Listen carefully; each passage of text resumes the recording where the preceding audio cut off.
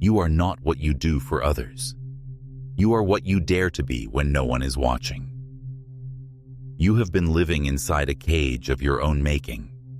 Invisible chains wrap around your wrists, yet you call them duty, care, love. You volunteer as the fixer, the shoulder, the crutch, believing this is who you are. You are needed, and in that need, you feel alive. But the truth is sharper than any praise or gratitude. It cuts deeper than the smiles you earn. You are trapped, and the walls are built from your own fear of being unwanted. Every time you step forward to carry someone else's burden, a fragment of yourself is left behind. You wear the role of caregiver like armor, but inside, the real you waits, silent and invisible. This invisible cage is not forced upon you. It is chosen. You are complicit in your own confinement, feeding the illusion that your worth is measured by how indispensable you are. You may believe it is noble. You may believe it is love. But love does not demand sacrifice of your own soul. It does not make your identity dependent on another's approval. Yet here you are, chained to necessity, addicted to the way others rely on you. And what is the price of this addiction? Stress settles like a storm cloud over your mind, tension curling through your body with every obligation you accept. Resentment seeps quietly into your veins, unspoken, unnamed, until it poisons the joy of your days. You lose yourself in the small tasks, the constant reassurance, the invisible labor that keeps others afloat while you drift unnoticed. You are feeding everyone else, and yet your own hunger for recognition, for true connection, for selfhood is left starved. You are living in someone else's shadow, wearing a borrowed life, while your own light grows dim. Ask yourself now the question no one ever asks aloud. Who would you be if no one needed you? Stripped of roles, titles, obligations. Alone with yourself, in silence, unadorned. Would you crumble, or would you rise? Would you finally look into the mirror and see yourself, not the reflection demanded by others? This question cuts to the core, because it is here, in this terrifying void of self-reliance, that truth waits. You have been addicted to being needed, and the first step to freedom is to see it, to acknowledge the chains, to realize that your identity is not borrowed, your value not contingent. The cage is real, but so is the key. I am enough, even when no one needs me. People will do anything, no matter how absurd, to avoid facing themselves.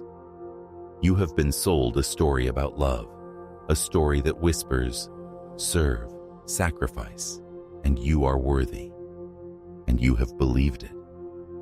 You bend yourself into shapes, stretch yourself across expectations, and in return, you receive smiles, gratitude, fleeting warmth. But beneath the surface, a subtle betrayal waits. Love is not a contract. Affection is not measured in errands completed or burdens carried. And yet, in the quiet moments, you wonder why your soul feels hollow, why the applause never fills the emptiness inside.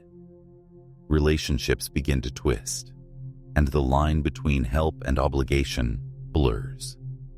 You offer attention, care, and advice, believing these are tokens of intimacy. You call it love, but it is a transaction. You are valued not for who you are, but for what you do. A friend leans on you. A partner depends on you. A parent takes and you comply, believing the bond is genuine. Yet, this constant giving is not a bridge to connection. It is a maze with no exit. The affection you feel is a reflection of necessity, not desire. You are caught in the subtle cage of obligation, where love wears the mask of duty. The heart you seek to reach is often a shadow of your own projection. The sense of security in being needed feels intoxicating. You convince yourself that purpose lies in service, that meaning emerges from being indispensable. And like a drug, this reassurance floods your mind with temporary warmth, a fleeting glow in a dark room. You chase the approval, chase the validation, chasing shadows in a candlelit room that vanish the moment you turn to face them. Each act of being needed becomes a loop, a cycle of craving, fulfillment, and depletion. It is seductive. It is dangerous. You mistake the pattern for stability, the dependency for safety, but it is an illusion, and the cost is quietly devastating. Autonomy slips through your fingers, piece by piece. Your creativity, your impulses, your authentic voice, these are suppressed in the name of meeting needs. You make decisions not from desire, but from expectation. The person you present to the world is a curated version, polished for utility, trained for compliance. Over time, the line between your true self and the self you perform becomes nearly invisible. You feel a hollowness, a gnawing sense that life is passing, while you remain a shadow actor in someone else's story. You are addicted to being needed, and in that addiction, you risk losing the very self you were meant to nurture. Love is not what you give to be needed. It is what you are. Until you make the unconscious conscious, it will direct your life, and you will call it fate. The wound begins long before you understand what a wound is. In the quiet corners of your childhood, in the moments no one noticed, a pattern was etched into your soul. Perhaps love arrived only when you performed, only when you earned it. Praise was conditional. Attention was a reward, not a given. Neglect whispered that you were not enough unless you gave, sacrificed, or complied. Hunger, emotional hunger, was never satisfied. You learned early that survival meant becoming indispensable, bending yourself to the needs of others before even knowing your own. The wound was invisible, but it was real. It took root in your heart, and it shaped the way you moved through the world. You may remember the small rejections, the fleeting warmth followed by cold indifference, the unspoken rules that said your value depended on service. Each experience stacked another layer, building the cage you would carry into adulthood. And then, the unseen puppeteer steps in. You believe your choices are free, but the shadow of unresolved trauma guides your hand, silent, persistent, insidious. You enter relationships not out of desire, but out of compulsion. To fix, to save, to be needed.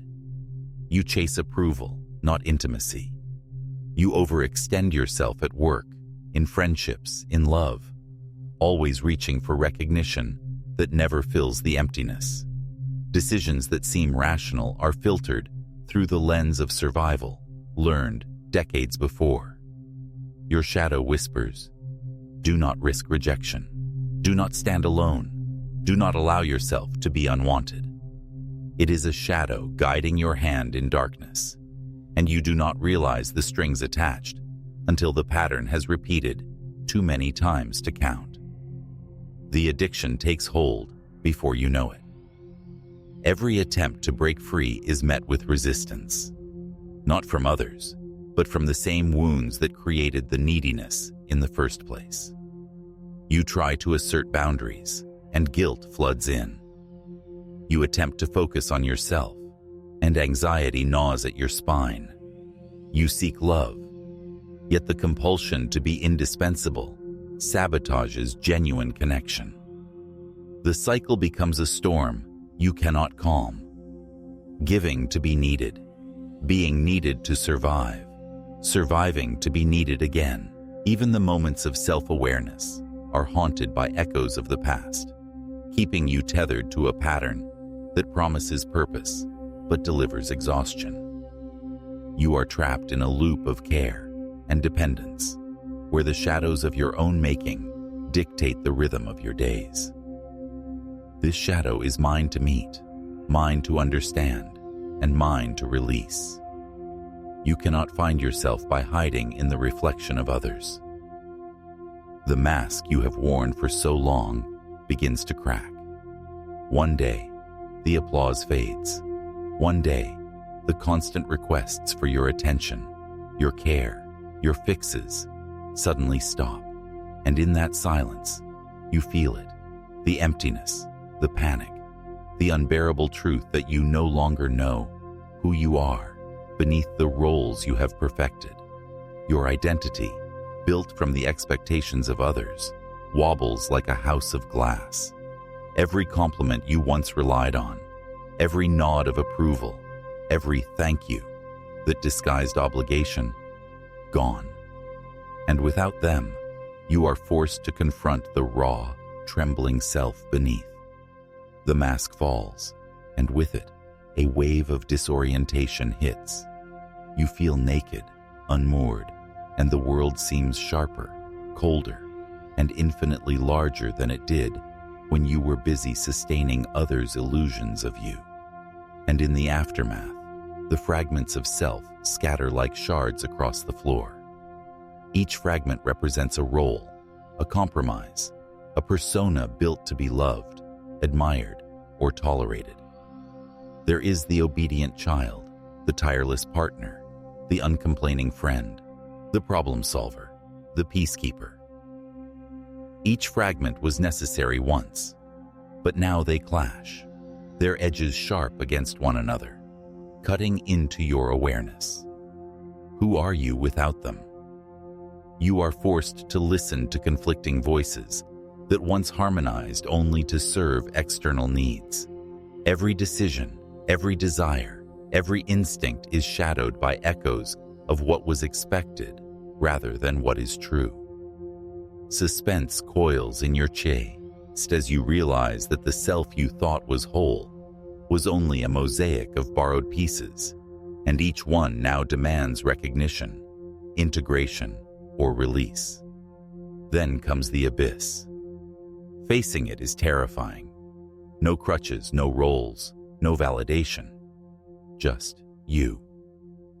The loneliness is deafening, but within it lies an impossible clarity. For the first time, you confront your own eyes, your own shadow, your own truth. It is terrifying because it strips away the identity you relied on. It is liberating because it offers the possibility of genuine selfhood. Here, without being needed, without performing for approval, you discover the contours of your authentic self. Small, vulnerable, trembling, yet undeniably alive. The chaos is not destruction, it is the raw material from which a real, unborrowed life can be constructed. The collapse is painful, but it is necessary. And in this confrontation, you glimpse the first glimmer of freedom. I am not defined by what others need. I am whole in my own presence. Everything that irritates us about others can lead us to an understanding of ourselves. You thought it was love.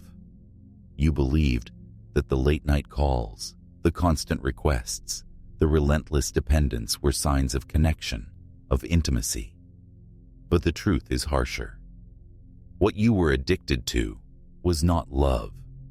It was the feeling of being needed. The warmth you felt was temporary, like a candle flickering in a drafty room, giving the illusion of light while shadows danced just beyond your reach. Authentic connection nourishes both hearts. Addiction masquerades as love, feeding your need for validation while leaving your soul hollow. You gave, You sacrificed. You bent yourself into shapes that were never truly yours. And in return, you received the illusion of attachment. Every act that made you indispensable reinforced the cycle. You were loved, not for who you are, but for the utility you provided, the safety net you became, the constant affirmation of your presence. Then comes the mirror of truth. Look closely, and you will see the cracks. The patterns you ignored, the compulsions to fix, to please, to anticipate others' desires, are reflections of dependency, not intimacy. Like looking into a fractured mirror, the image you see is distorted, obligations mistaken for affection, manipulation mistaken for care, absence mistaken for rejection. Each shard exposes a fragment of reality you avoided. You begin to notice how often your efforts were met with entitlement, how giving did not inspire gratitude, but expectation. You see now that the emotional pull you chased was never mutual. Your attachments were guided by unconscious needs, not shared desire. Recognition dawns slowly, cinematic in its clarity, yet it shakes you to the core. The life you thought was love was carefully designed by patterns older than you, shadows you carried from early wounds, scripts you enacted without choice. And in that awareness, the first glimmer of liberation appears. You feel the stirrings of freedom in recognizing the difference between love and addiction. For the first time, you can step back and observe your patterns without guilt, without shame, without the compulsion to perform.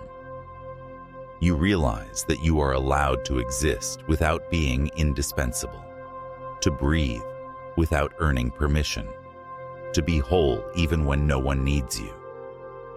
The realization is electric, cinematic, almost unbearable in its beauty, because it opens the door to conscious choice. Here begins the reclamation of your own heart, the first steps toward authentic connection with yourself and others. You are no longer captive to the illusion. The chains of being needed begin to loosen, and the horizon of true freedom stretches before you. Love is not what they need from you. Love is what you allow yourself to be. Until you confront your shadow, it will continue to own your life. You have lived as if your worth depended on the needs of others. But now, the confrontation begins. The shadow you have avoided, the fear, the hunger, the compulsion to be indispensable, waits in silence, patient and relentless. To meet it is not easy. It is not a fleeting moment. It is a deliberate act of courage. Begin by speaking to it. Name it. Feel it. Sit with the trembling parts of yourself that have been denied expression. Perhaps you journal the fears that rise when no one calls, no one asks, no one notices. Perhaps you pause in the quiet of a room and ask yourself why you feel compelled to fix, to please, to anticipate. The shadow is not evil. It is wounded, protective, loyal in its own way. By acknowledging it, without judgment, without shame, you disarm its hold. You see the patterns for what they are, and in that recognition, you reclaim a fragment of yourself, long surrendered. Shadow dialogue is practical. It is the conversation that transforms fear into insight, compulsion into awareness, dependency into choice. From this dialogue, transformation begins. Awareness turns addiction into choice. Each act you once performed automatically, sacrificing time, suppressing desires, bending to demands, can now be examined and chosen consciously. You realize that saying no is not rejection. It is self-respect. You understand that your presence is valuable not because it props others up, but because it is whole, intentional, and undivided. The compulsion to be needed loses its grip, replaced by deliberate action. You decide where energy flows, what relationships deserve investment, and which demands to refuse. Every small choice reinforces autonomy. Like a sculptor chipping away marble to reveal the form within, you reshape your life from compulsion to intentionality. Each decision affirms your agency. Each boundary strengthens the architecture of your own freedom. Finally, reclaiming self-worth arrives as a thunderous clarity. No longer do you wait for affirmation, praise, or gratitude. You recognize your value is intrinsic, forged through courage, insight, and deliberate engagement with your inner world.